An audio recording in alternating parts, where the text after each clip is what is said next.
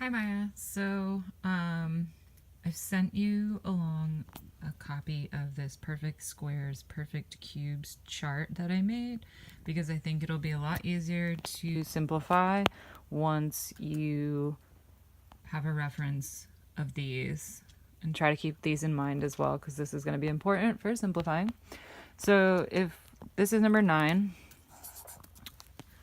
20x cubed, we're taking the square root. Okay, so what we're going to do first, step 1, is look at 20 and x cubed and see if there are any perfect squares within these. Okay, so let's start with the 20.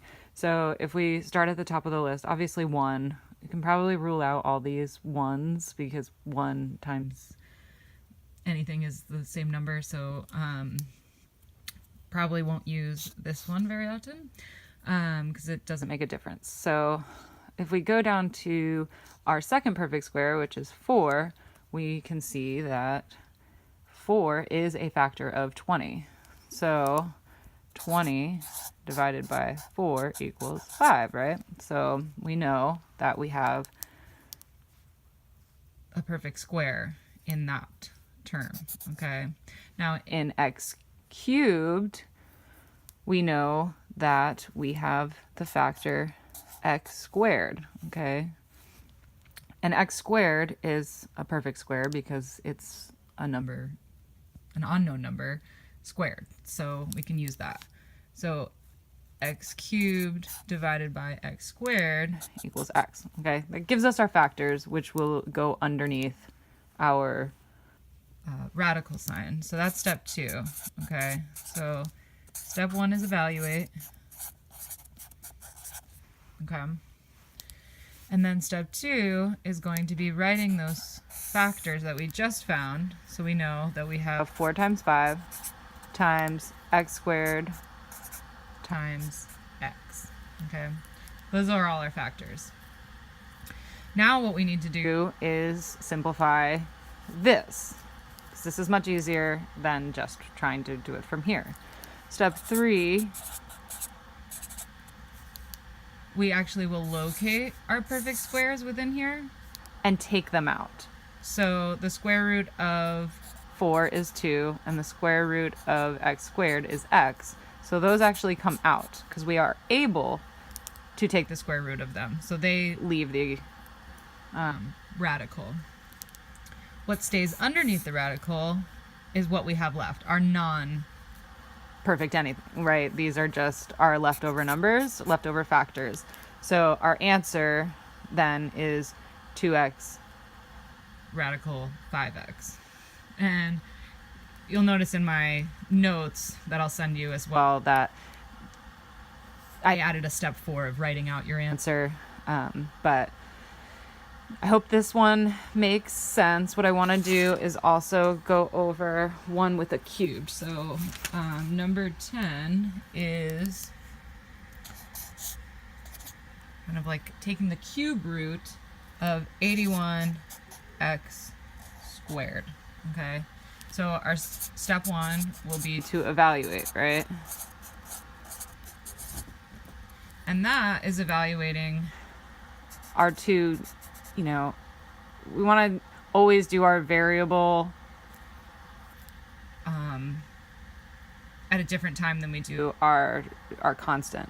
So 81, okay, if we look at our perfect cubes now, we can see that pretty sure 27 is a factor of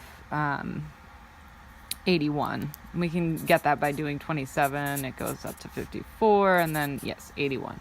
So we have 27 as a perfect cube times 3, okay, times x squared. X squared does not have a perfect cube in it because it is only being squared and not cubed or higher. So just keep that in mind. If you're taking a cube root and x is squared, it's going to stay x squared. It can't go any lower. So that is simplified enough. But we can simplify our 27. So if we remember our step 2, which was to write our factors underneath the radical to kind of see that, we can then say, okay, my cubed or my perfect cube can be simplified, which then becomes 3 outside of the radical, and I have 3x squared inside. So that would be the answer now for question number 10. So I think that this will truly help you when you're evaluating. That's probably the biggest thing to get through first, is just knowing what has a perfect square in it and what doesn't. So just because I like to continue doing these, I will do number 11 as well, which is 50x to the 5th under the radical. Okay, so if we're evaluating, right, we know that 50 is equal to 25 times 2, and we know from our chart, or we can recall, that 25 is a perfect square, which is 5 times 5. So how we'll evaluate that is 25 times 2 equals 50. Okay, now the x to the 5th is a little different, right? Because we are evaluating a perfect square. Okay, so what we want to do in this one is we can evaluate this as x to the 4th, okay, times x equals x to the 5th. You want to be careful with variables because the exponent needs to be also be able to break down, okay, into numbers that, like a perfect square. Okay, I apologize if this is confusing at all. I'm working my way to this. Okay, so x squared times x squared equals x to the 4th, which makes x to the 4th a perfect square. Okay, times x, the lonely factor. Okay, so now we have x to the 4th times x. Okay, that gives us our two numbers that are underneath the radical. So now if we write that out,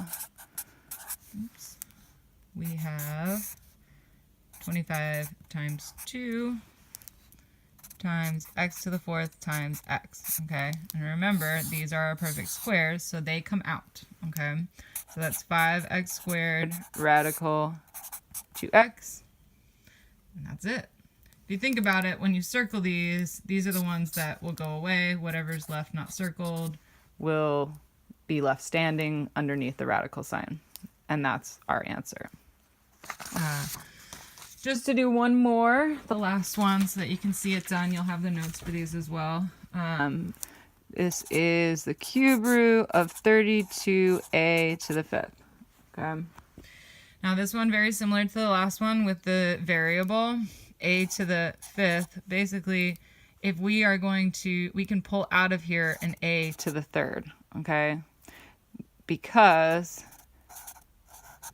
a to the 2nd times a to the 3rd equals a to the 5th. So we have our perfect cube right here. 32 breaks down, if we look at our perfect cubes, we know that 8 times 4 equals 32. So now we have all of our factors. Okay. Underneath the radical sign, we can write 8 times 4 times a cubed times a squared. Again, we'll circle the perfect cubes, we'll remove them, and what's left over will stay as our answer. So, I hope that this video was helpful. We don't have to do it again if it wasn't, but take a look at the perfect square sheet that I sent you, and it'll be a picture of it, and then I'll send you the notes as well so you can have those if you need them. Awesome. Hope you're doing awesome. Thanks.